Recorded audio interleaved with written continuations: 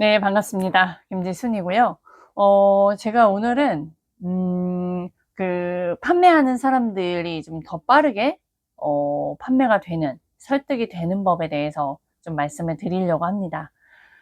제가 만약에 내가 다단계를 하고 있다, 아니면 나는 뭐 보험을 팔고 있다, 아니 나는 부동산을 팔고 있다, 나는 자동차를 팔고 있다 할 겁니다. 그러면 회사 내에서 많은 교육을 들으실 거예요. 뭐에 대한? 회사가 어떤 회사다, 이 제품이 어떤 제품이다, 어떤 기능이 있다, 또 뭐다, 또 여기는 엄청 천연으로 되어 있는 거다, 좋다 좋다 좋은 부분만 이야기할 겁니다. 근데 내가 공급자이잖아요. 나는 판매하는 영업사원인 거고 판매하는 사람입니다. 그러면 반대로 나는 어디에 갔을 때는 소비자죠. 옷을 사러 갔을 때도 소비자. 그래서 그 영업하는 사람들은 영업하는 사람들을 만났을 때 절대적으로 믿지 않아요. 왜냐? 본인도 그렇거든요. 단점은 있지만 단점은 속이고 좋은 것만 이야기를 하죠. 그래야 판매가 된다고 생각해요. 어느 정도 맞지만 또 어느 정도 다 맞는 건 아니에요. 그래서 어떻게 하면 그러면 나는 더 빠르게 설득이 되고 어떻게 하면 더 빠르게 클로징이 될까? 되게 중요한 부분인데요. 우리가 이야기하는 회사 내에서 쓰는 용어들, 우리 회사 좋아요, 으쌰으쌰, 우리 뭐 보상 플랜이 너무나 좋습니다, 엄청 좋아요. 그러면 거기에는 다 그 비린내 나는 공급자의 언어를 사용하죠. 그 제품의 기능, 그 제품이 어떤 함량이 되어 있고 이런 걸로 이야기를 하는데, 저는 그런 이야기를 들으면 너무 재미없어요. 그래서 제가 세일즈를 잘했던 사람이 아니라고 저는 말씀을 드려요. 세일즈를 잘했던 사람이 아니기에 제가 그걸 싫어하는데, 와, 닭대가리니까, 똥멍충이니까 뭐래요? 내가 듣기 싫은 걸 고객 앞에서 하고 있습니다. 그래서 뭔지 아세요? 고객이랑 갔다 오면 계약이 와도 별로 기쁘지 않고, 계약이 그냥 기쁜 건 그때만이죠. 계약이 안 나오면 안 나오는 게 당연하다. 왜냐? 뭐 모를 때도 있었지만 내가 봐도 내가 듣기 너무 싫은 거예요. 재미가 없는 거예요. 그리고 내가 재미가 없는데 상대방은 재밌겠어요? 못 알아듣는 게 딱 보이고 재미없는 게 딱 보이고, 그래서 뭐 내가 뭐 그냥 진짜 가르치지 못하, 그러니까 설득조차를 못해요. 그러니까 세일즈 자체를 못해요. 거기에 이 보험사 암 진단금 얼마 몇 천만 원, 내가 일어나지도 않을 그런 일들을 그 항목 하나하나 30개면 30개, 그거를 다 읽어 얘기를 해주고 있으니 그나마 조금 나아진 것이 비유법을 좀 사용을 한다거나 그랬습니다. 자, 그랬던 사람입니다, 제가. 그런데요, 왜 그 공급자 언어를 써야만 하느냐? 아니면 그럼 무슨 말을 해야 되냐? 소비자 언어를 써야 돼요. 왜냐?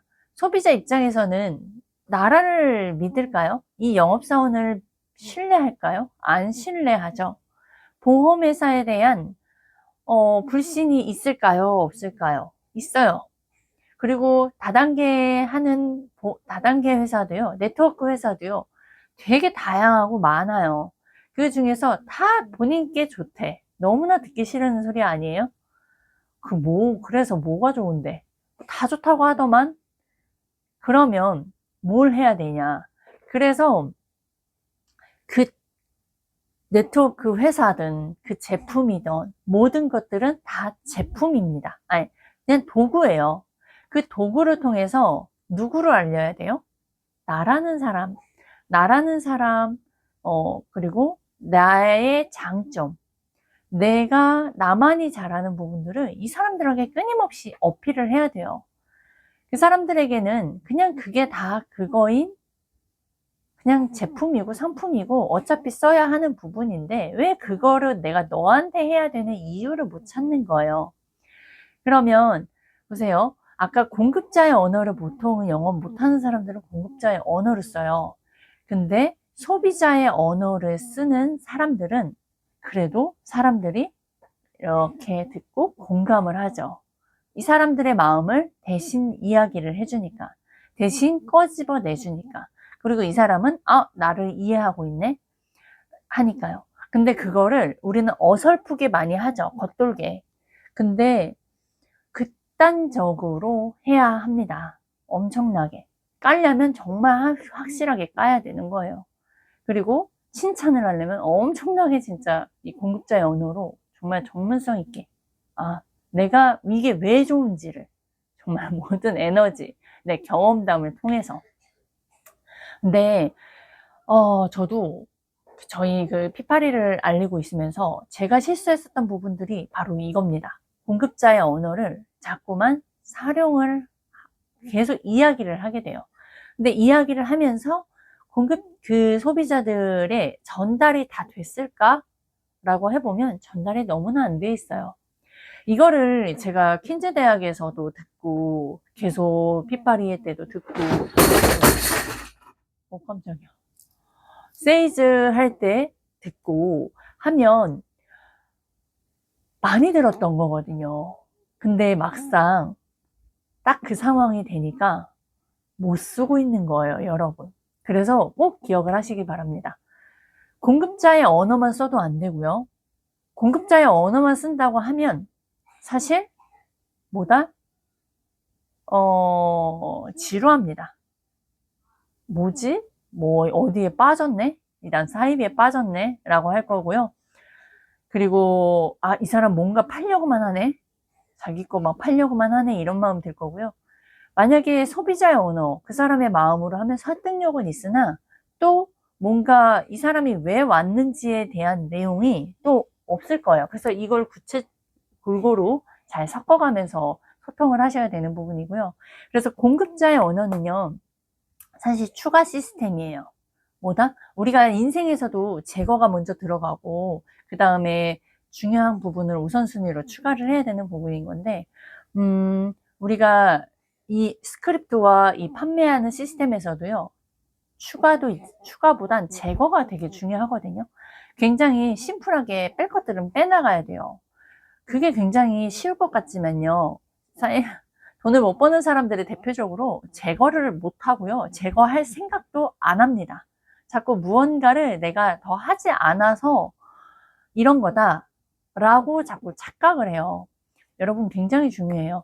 그래서 소비자의 언어가 이제 기존에 내가 갖고 있는 공급자 언어를 제거해야 하고, 그 다음에 얘네들을 좀 넣어야 되고, 그리고 불필요한 것들을 싹 다 빼고 그 사람들의 마음을 읽어주는 부분이 중요하고요.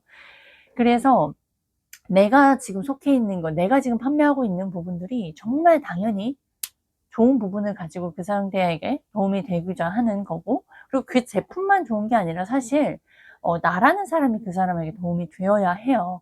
그래서 나의 장점을 자신이 잘 알아야 하고, 나의 장점과 내가 그 사람에게 필요한 사람이다라는 걸 꾸준히 계속 어필을 자신 있게, 그것도 재미있게 이야기를 하셔야 됩니다. 그리고 본인이 또 그거를 잘 알고 있는 사람들은 그걸 말하면서 드러날 거예요.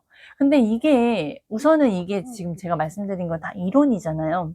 저도 그 이론을 배웠고, 그걸 현장 속에서도 못 쓰고 있는 걸 또 깨달아 가고 있는 그런 부분들이 있다는 거죠. 그런 경험들을 해가는데, 그럼 여러분들이 소비자의 언어와 공급자의 언어를 내가 어떻게 적절히 잘 사용을 해볼까? 어디에서 실험을 해볼까? 당연히 고객을 만나서도 경험을 해봐야 되고요. 그리고 그 이전에 나도 롤플레이를 계속 해봐야 되는 부분이 바로 이 유튜브예요. 이 유튜브 안에서 저도 지금 공급자의 언어와 소비자의 언어를 적절하게 사용을 해야 이걸 듣는 분들이 이해가 되는 부분이잖아요. 왜냐, 제가 이거를 퀸즈 대학에서 지금 듣고 오늘 이걸 듣고 나서 이 부분을 가지고 함께 나누자. 왜냐, 이 부분을 놓치는 부분들이 너무나 많기 때문에. 왜냐, 제가 경험을 했잖아요. 저도 고객을 만나서 이걸 배웠음에도 불구하고 제가 고객을 만났을 때 자꾸 나에게 익숙한 공급자 언어를 내가 사용을 하고 있고, 또한 고객의 입장에서 이야기를 하더라도 그게 그 사람한테 전달력이 되는 부분이 언어의 한계가 있어요. 근데 다시 돌아와서 우리는 클로징을 해 가야 해요. 이 사람한테 너가 이거를 해야 되는, 이거를 사야 하는, 이거를 판매하고 너는 이걸 사야 하는 이유를 이야기를 해야 하는 부분이 있어요. 근데 거기엔 나라는 사람이 없고 나라는 사람이 이 사람한테 인식이 되어지지 않는다면 사실 클로징은 되게 어렵다. 왜냐, 나보다도 더 능력이 있고 나보다도 자신을 더 어필하는 사람들은 있거든요. 그러면 똑같은 상품, 똑같은 회사에서 나왔어. 그러면 누구한테 갈까요? 거기에서 나의 마음을 잘 알아주고 거기에 또 전문성까지 있는 사람에게, 신뢰 가는 사람에게 더 계약하고 싶지 않겠어요? 나라도 그러고 싶잖아요. 그러니까 여러분들도 계속 왜 클로징이 안 되고 왜 계약이 안 되고 왜 판매가 안 되는지를 보면 다 이유가 있어요. 그럼 내가 나의 언어와 나의 스크립트가 내가 지금 우리 회사에서 주는 그 언어로만 사용하고 있지 않나. 아마 느껴질 거예요. 여러분들이 만약에 친구를 만나던 지인을 만나던 그 사람들과 소통을 했을 때 뭔가 재미없다고 내가 말하면서도 재미가 없어. 그건 뭐다? 그리고 그때는 뭐 재밌게 주거니 받거니 했다고 느꼈으나 정작 뭐다? 그 사람은 계약을 클로징을 못했다. 그거는 그냥 그 상대방이 나를 맞춰준 거다 라고도 보시면 되고요. 뭐 그래서 여러분들이 지금 공급자의 언어가 뭔지 소비자의 언어가 뭔지를 정말 보셔야 되고요. 내가 진짜 아이상 대표님이 이런 표현을 하시더라고요. 내가 사기꾼을 만나면 사기꾼의 용어를 써야 된다고. 거기에다가 아마 우리는 하나님을 믿어야 됩니다 라고 할 수는 없는 거 아니냐고. 그러니까 진짜 맞는 게, 그러니까 나라는 사람이 내가 계속 이 언어만 계속 그 공급자의 언어, 내가 원하는 거, 내가 만약에 너무나 감사하고, 예를 들어 제가 여기에서 아이승환 대표님께 감사했던 거, 너무나 이제 감사하고 이런 분은 보지 못해서 계속 그 칭찬만 계속 얘기한다. 여러분들 제 옛날 영상 보면서 좋기만 하셨, 진짜? 진짜 이랬어요? 쟤 미쳤네. 쟤 저기에 빠졌네. 라는 생각이 더 먼저 들지 않았어요. 마찬가지예요. 네트워크 하시는 분들이랑 소통을 하면 다 본인의 이야기할 때 되게 열정적이세요. 되게, 그러니까 뭐지? 저를 견제하다가도 어느덧 이야기를 하다 보면 막 본인의 회사 얘기, 본인의 사업 얘기할 때 막 엄청 열변을 토해요. 저는 거기에서 귀가 열리냐? 안 열린다는 거예요. 근데 이게 제 문제냐? 아니요. 대다수 사람들이 그 사람들이 공급자의 언어를 사용하고 있기 때문에 본인이 배우고 믿고 있는 부분만 이야기를 하기 때문에 그런 거예요.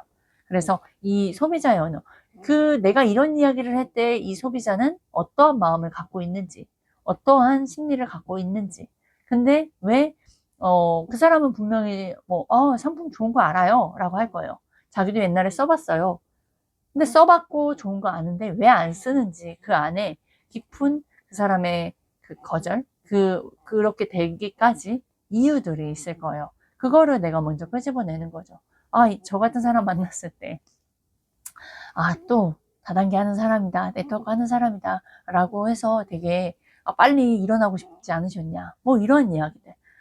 또 제품 좋다, 뭐 자기네 뭐 여기 회사 여기는 다르다라고 이야기할 거다라고 생각하지 않으셨냐.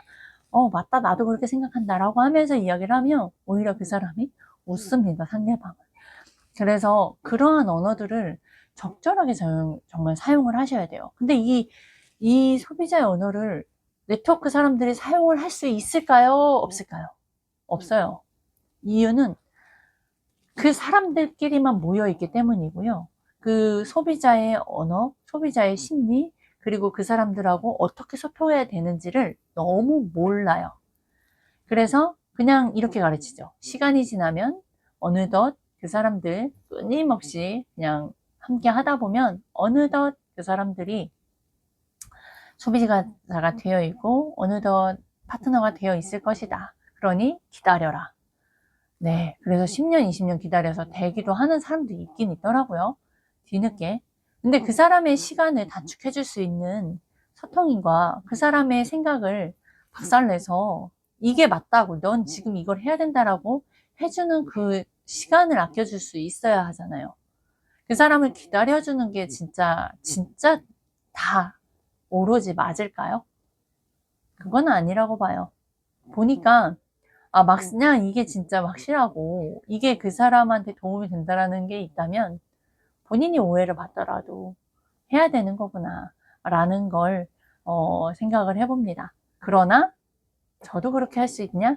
네, 저도 그런 부분을, 그런 사람이 되기 위해서 노력을 하고 있는 겁니다. 그래, 이제 여러분들도요, 그래서 유튜브를 계속 하셔야 되는 이유가 바로 여기에 있어요. 내가 나를 피드백하는 부분이 바로 이 유튜브예요.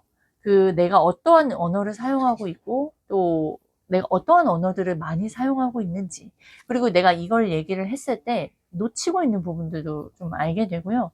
그리고 말은 내뱉고 내뱉을수록 진짜 내가 뭘 알고 모르는지도 보여져요.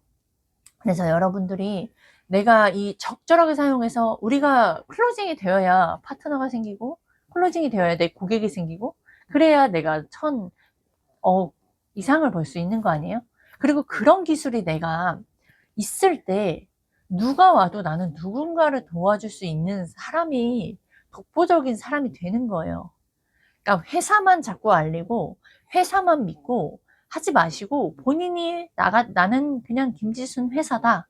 나도 기업인이다 라고 생각을 하세요.